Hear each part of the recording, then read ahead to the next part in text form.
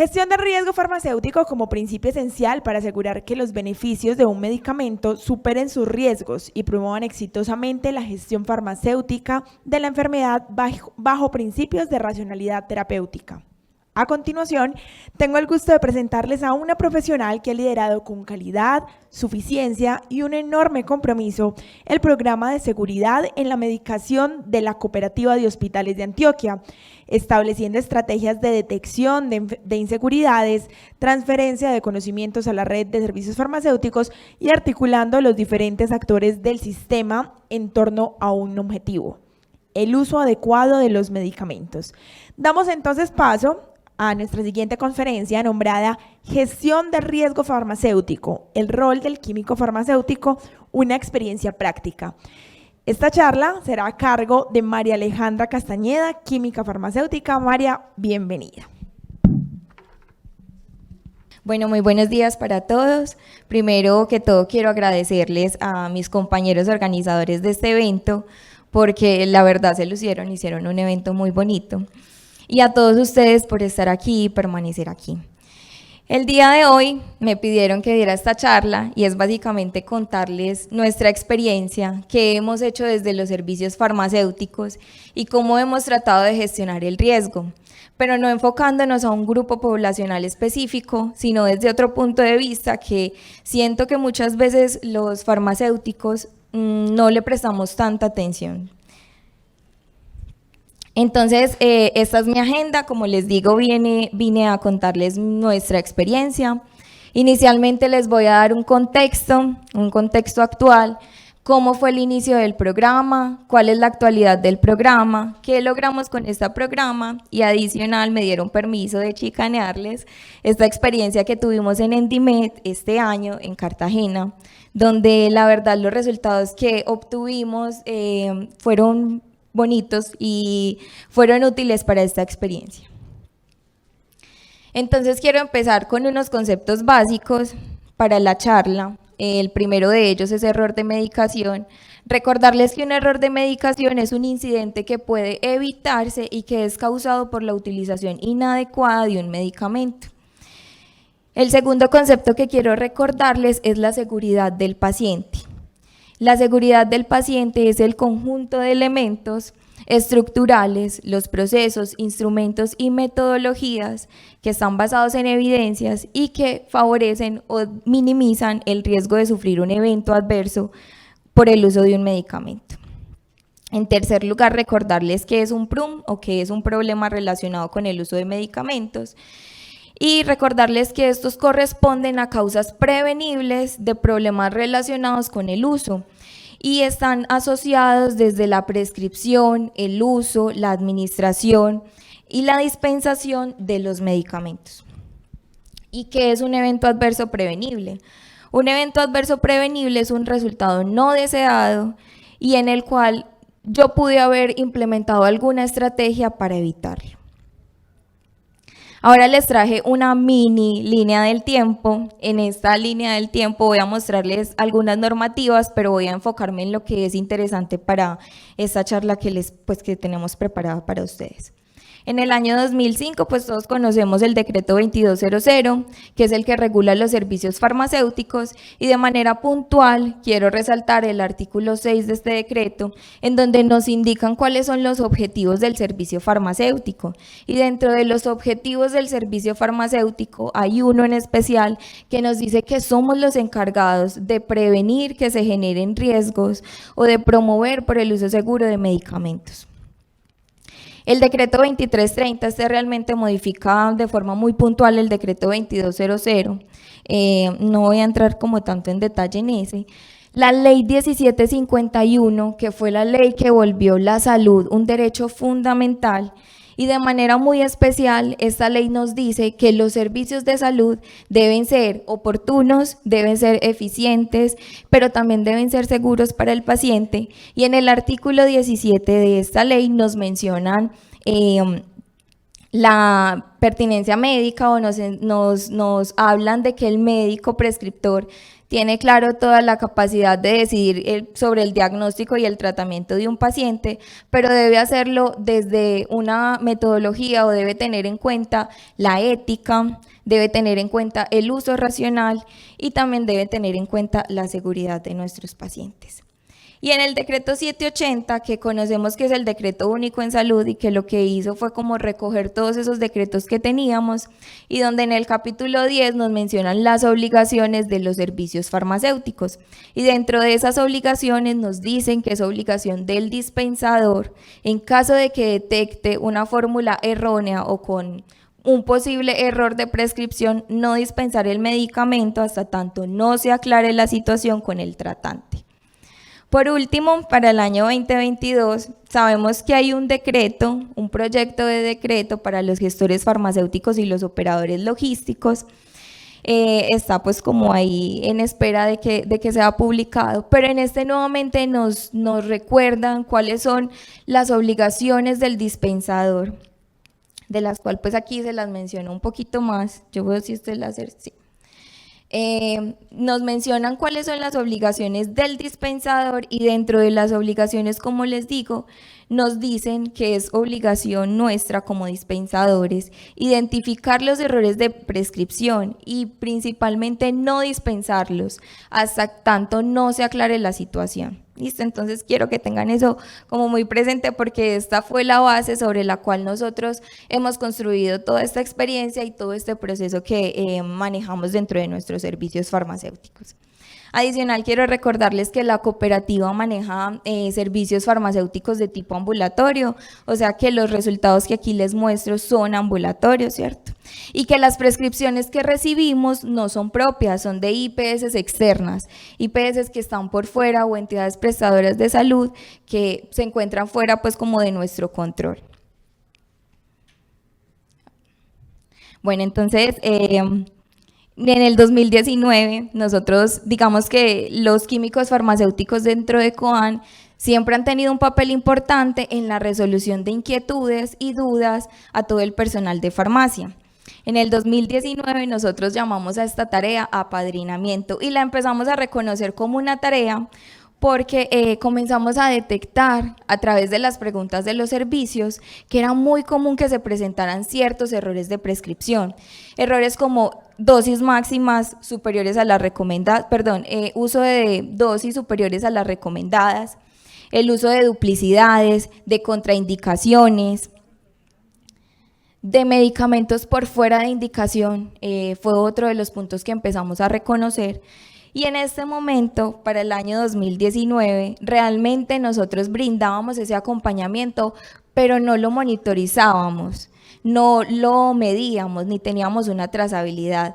Lo único que aquí medíamos para este año era cuánto tiempo se gastaba el químico farmacéutico en estas actividades, pero no teníamos como una trazabilidad o no lo teníamos dentro de un programa.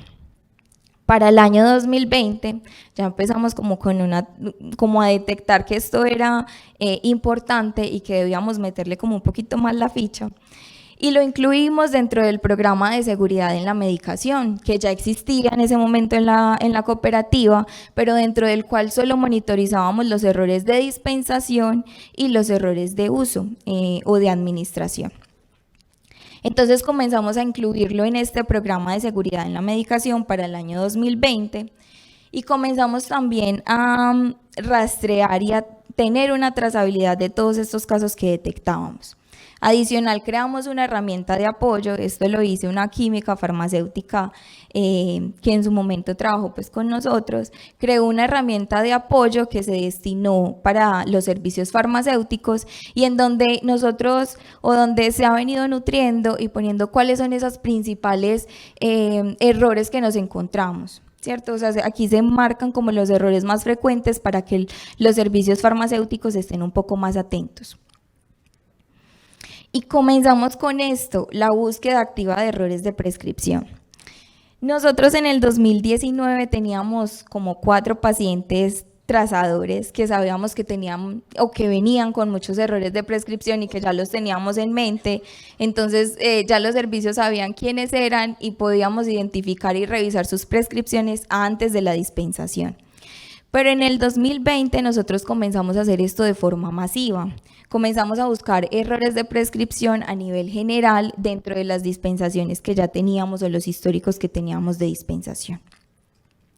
Para el año 2021 hicimos una exploración y una búsqueda de herramientas tecnológicas que nos permitieran realizar esta búsqueda activa de errores de prescripción de una manera más ágil, ¿cierto? Que nos permitiera buscar o tener un mayor número de resultados.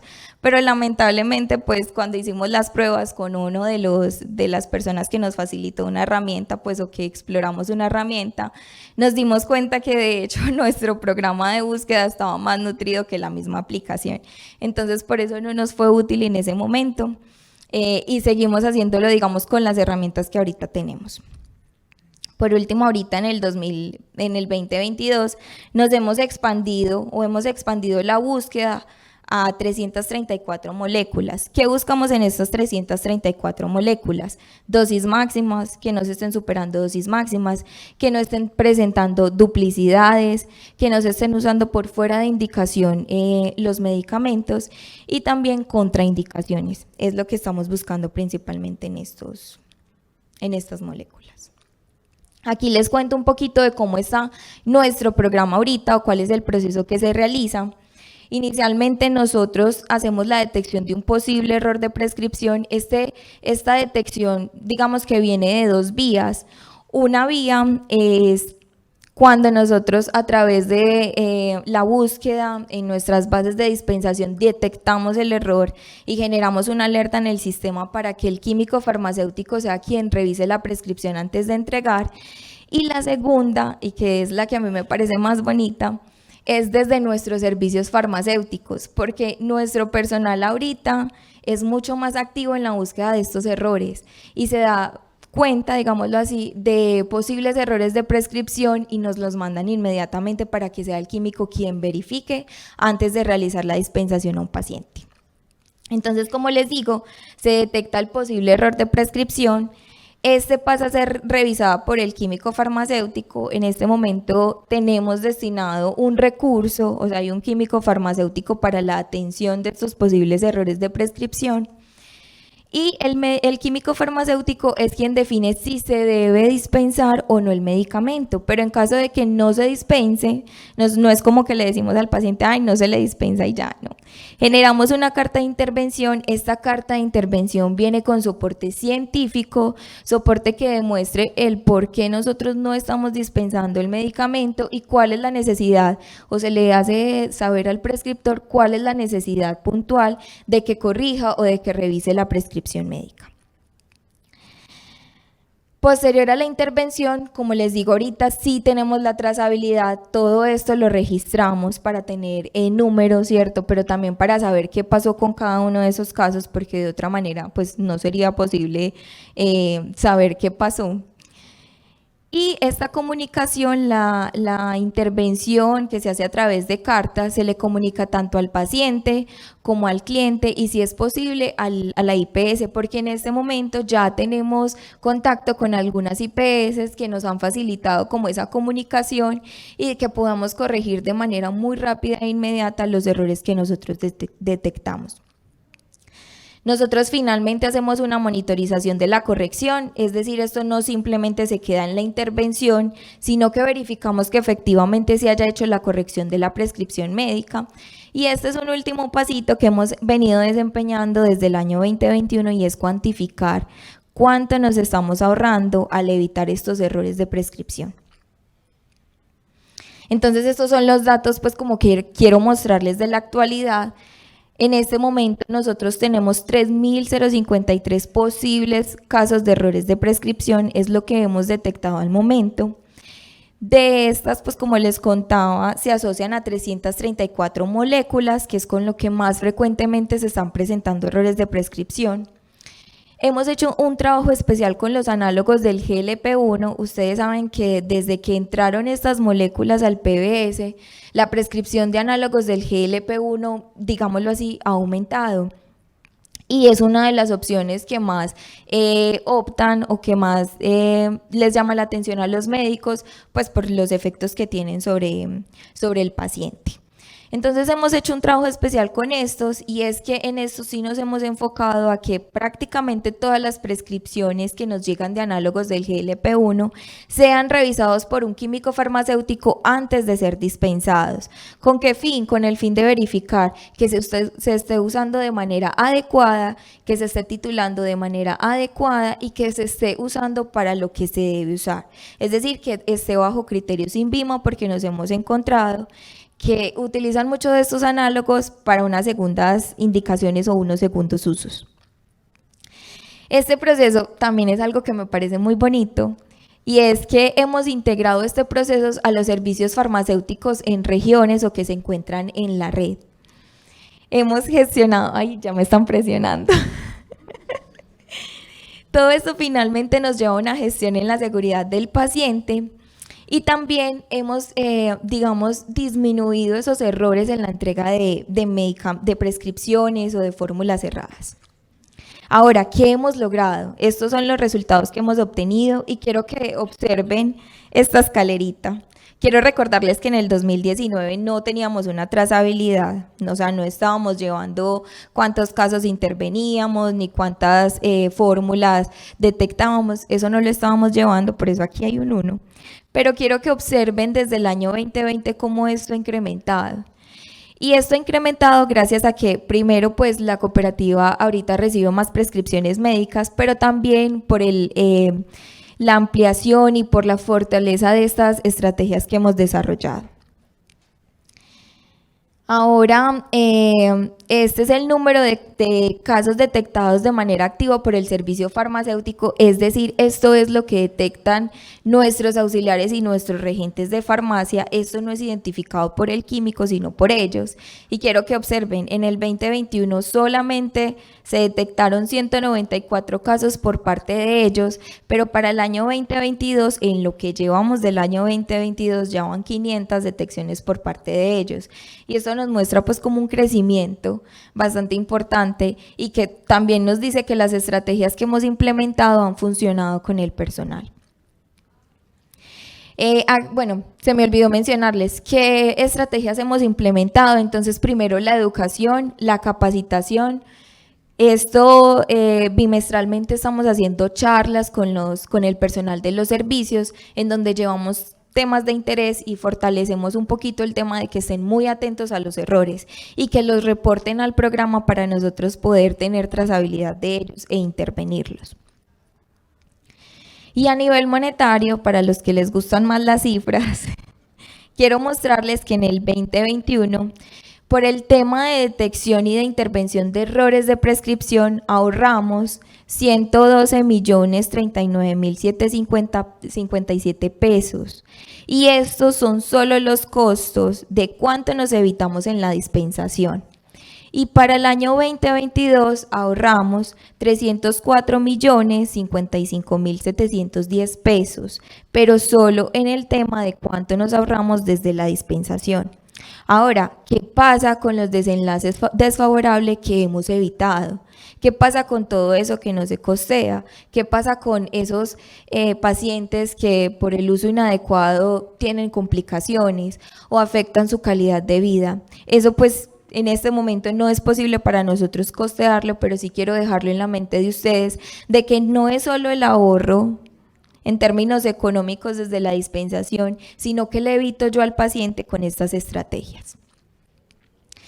Y finalmente hay algunas logros que hemos obtenido que no son cuantificables, pero que sí son importantes mencionarlos, y es que hemos aumentado el relacionamiento con las IPS y hay una retroalimentación mutua. Hemos logrado con varias IPS de Medellín tener como ese entagle y esa comunicación en donde nosotros podemos reportarles directamente a ellos el error y nos hacen la corrección casi que inmediata o máximo al día siguiente de estas intervenciones.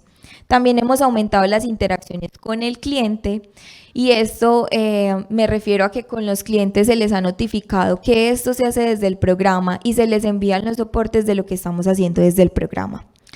Hay un mayor empoderamiento por parte del personal de la salud en la detección de errores de prescripción y esto es algo que yo resalto mucho porque de verdad que en los servicios farmacéuticos los auxiliares ya son súper pilos y detectan muy fácil errores de prescripción, al menos con los que más hemos trabajado, ellos ya son capaces de hacer la detección de este tipo de situaciones. Y también pues es indudable que es un logro porque hemos gestionado de alguna manera el riesgo y también hemos promovido el buen uso del medicamento. Bueno, y esta pues es como la última partecita que quiero contarles.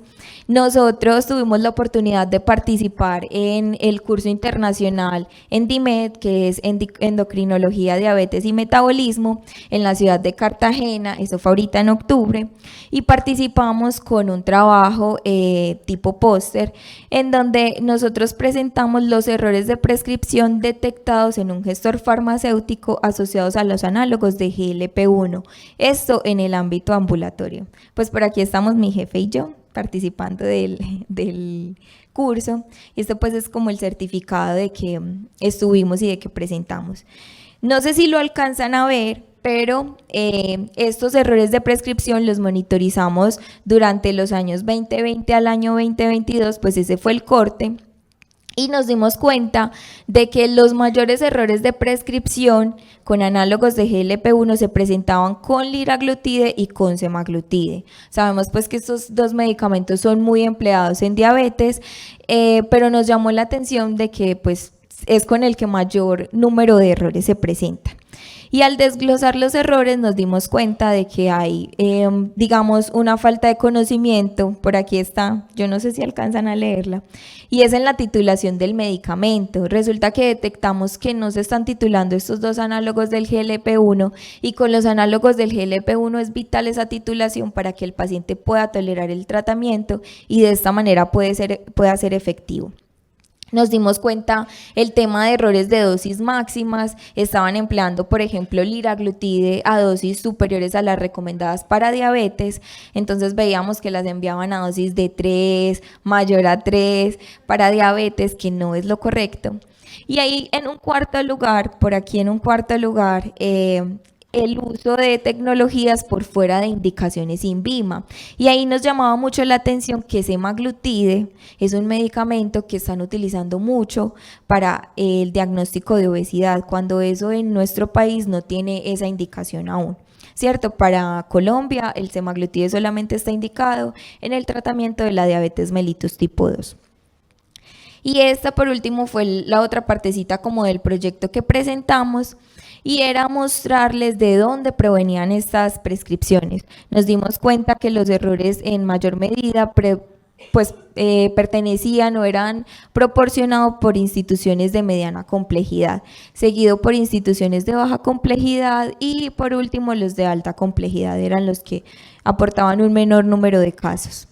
Llamaba la atención que con estas prescripciones médicos generales e internistas eran los que más aportaban al número o a la data de errores en la prescripción, pero también nos encontrábamos otras especialidades como los endocrinos, que se supone que los endocrinos deben ser los expertos en este tema. Entonces finalmente esta fue como uno de los pequeños resultados que pudimos publicar y que pudimos mostrar de todo el trabajo que hemos desempeñado desde los errores de prescripción. Y más que darles una conclusión, yo quisiera dejar en su cabeza o que ustedes se pregunten si vale la pena o si es relevante trabajar en este tema, en el tema de monitorizar e intervenir los errores de prescripción y sobre todo si es importante para el paciente esta situación, o sea, evitarle al paciente un uso inadecuado del medicamento. ¿Y ustedes qué estrategias implementarían en sus instituciones para que esto funcione? Adicional a eso, hay algo que nos llamó mucho la atención y es que no hay muchos trabajos tecnológicos o desarrollos tecnológicos en este tema. Entonces, si hay algún químico por aquí que le interese, también creo que sería un aporte muy importante y sería un bonito resultado en el tema de los errores de prescripción. Bueno, les agradezco mucho a todos por la atención. Espero no haberlos dormido ni aburrido.